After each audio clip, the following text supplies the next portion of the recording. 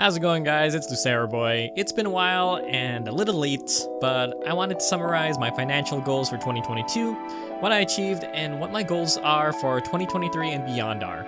Leave a like and subscribe as we continue our financial journey. So let's go back to 2021 and see what I said back then. 1, I was going to invest another $29,000. 2, I was going to aim for a $135,000 net worth. And 3, if I'm really ambitious, I would hit a $154,000 net worth. How I was going to do this is by allocating my expected $36,000 income as the following. Investing about 79% of it, which would be $29,000. 12.28% to bills, which is about $4,000 to $5,000, and then leaving about 7.7%, which is about $3,000 to discretionary purchasing. It's always great to have plans, but things don't always turn out as expected. Some good, some bad. So let's see what happened in 2021. So by the end of 2021, I spent about 23.14% of my income on discretionary spending, totaling about $11,000. This was $8,000 over budget. My bills, I spent 7.51% of my income, which was about $3,600, which was $1,000 under budget. I invested about $29,600, which was 61.86% of my income. I saved about 7.49% cash, which was about $3,590. I also acquired a debt of about $12,500, but more on that later. My total income for the year after taxes and contributions was $47,925. My income was higher than expected because I earned a raise early in that year. I also earned my bonuses, my eBay income, and short-term disability that I stacked on top of my vacation time that year. My financial summary of 2021 breaks down into this. I started 2021 with about $100,000. I earned about $48,000. I spent about $14,500. I saved about $35,800. Of the amount I saved, $29,600 was invested, and I had a debt of about $12,200. This resulted in a $147,000 net worth. The rest being gains from the market. So 1, I hit my investment goal. 2, I hit $135,000 net worth. And 3, unfortunately, I was not able to hit my ambitious goal of $154,000 net worth. I was about $7,000 short. Honestly, I was reluctant to share this summary because I had a couple setbacks this year and made a couple emotional financial decisions that were not part of my financial plans. Despite that, I think I hit my goals quite reasonably. Some unexpected expenses was a $3,200 medical bill, a $4,300 home improvement purchase, and lastly, I took out a 2% interest loan against my investment portfolio, totaling about $16,000. I used that $16,000 for what would be best described as bets on the stock market, and this may involve AMC and GameStop. Never do what I did unless 1, you understand the risk, 2, understand the power of leveraging your money, and 3, are in a good enough position if everything turned upside down, you'd still be okay. I was in a position where it wouldn't greatly affect me, but if I just invested that $16,000 in normal goals, I would have probably had a $16,000 to $20,000 greater net worth today. A lesson learned on my part. I could pay off this debt today, but it is such a low interest rate that the dividends from my portfolio are more than enough to cover it.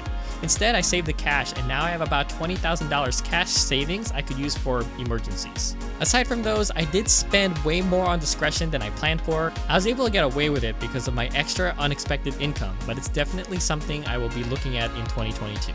So let's look at the change of my net worth from the beginning of 2021 to the end of 2021. So around here, it says I had $111,000. Remember, this isn't super accurate. Sometimes, depending on where the money is moving, it might show higher than it actually is. But it was about $111,000. And then over time, to the end of 2021, I had a net worth of about $157,000. Remember, about $12,000 of that is debt, so you subtract it, so my net worth was about $140,000. On a further breakdown, we have a couple things here. We have $58,000 in an investment account, $24,000 in a Roth IRA, $17,000 in my Webull account, $16,000 in a retirement account, another $16,000 in a retirement account. I think this is $12,000 cash, $9,000 in an insurance plan, another $3,000 in cash, and then I have a bunch of like random free Bitcoin that I had. That's not a really big amount, but it's just cryptocurrencies. So this is what my account or my net worth looks like in by the end of 2021. Okay, so what are my goals for 2022? I'm happy to announce that I did get a new job with a much higher salary, so as a result, I had to reevaluate my budget and what was possible for my future and my retirement. So I thought to myself, what kind of life do I want to live in retirement? I want to be able-bodied enough to travel and be active. If I were to have children, I would want to know they are independent and would not need to rely on my income to achieve their goals. I thought that aiming for a retirement age of about 50 would be a good place to start for me. So with this goal in mind, I used a retirement calculator to set my expectations for the future. Okay, so this is the retirement calculator I used. First I put in my current age, the age of retirement, my salary, and what my current savings level was, which was about $140,000. My goal in my mind was I would love to have an $80,000 salary in retirement. And for me, in order to achieve that, I would need $2 million in my retirement fund. The reason why I want a $2 million retirement fund is because if you were to withdraw from it 4% every year, that money should last you indefinitely. And 4% of $2 million is about $80,000. So I started to play around with the calculator. It was at 10% because that's the amount a lot of people default to how much they save for their retirement. And at age 50, it says that I would have $1 million, which is not bad. $1 million in retirement is actually pretty good. That means you would have a safe $40,000 every year in retirement. My goal in retirement is much higher, and I think my income can actually achieve that. So there are two things you can do to change this. You can either, one, save more money, or two, extend your retirement age to a later date. So all I did was start playing with the annual retirement savings number. So I went up by 10%, 20%, a little bit more aggressive, but very doable. That would give me $1.5 million. Not quite what I wanted, so let's go increase it more. So what I found was it's actually at 31%. So at a 30% or a 31% investment of my salary, I would reach a retirement nest egg of $2 million by age 50. So if we wanted to adjust this for, the average person, we can do, let's say they start at age 21. Let's say they also want to retire at 50. Let's make their income $50,000. And because from 21, they're living on their own, paying for everything, they can only invest about 10%. And let's just say that they have $0 so far. By the time they're age 50, they have a $500,000 nest egg, which is about $20,000 a year in retirement. So I believe most people would want something higher than that.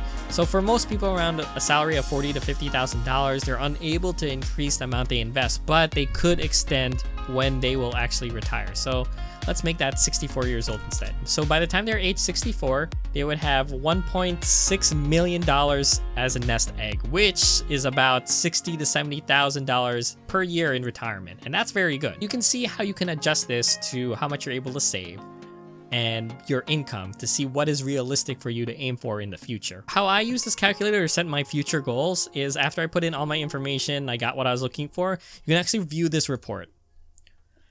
And if you scroll down, it will actually give you what your expected ending balance should be every year until your retirement date. So by next year, I should have $178,000. By age 35, I should have about $500,000. By age 40, I should have $900,000. And then by age 50, I will hit my $2 million goal. Starting today, if I could only invest 31% of my salary, I would be able to retire at age 50 with a $2 million nest egg. That's a goal that I think is realistic for me, and what contributed to this is my early aggressive investing the past 3 years. In the future, I will have more expenses, so I won't be able to invest more than 50% of my income like I'm doing now. Keep in mind this is only considering if I live by myself and doesn't consider the income of a partner or the cost of having a family and other kind of expenses. Despite those variables missing, I still believe 31% of my solo income can achieve this. So using a retirement calculator, I was able to set my goals for 2022, and this is what my goals are.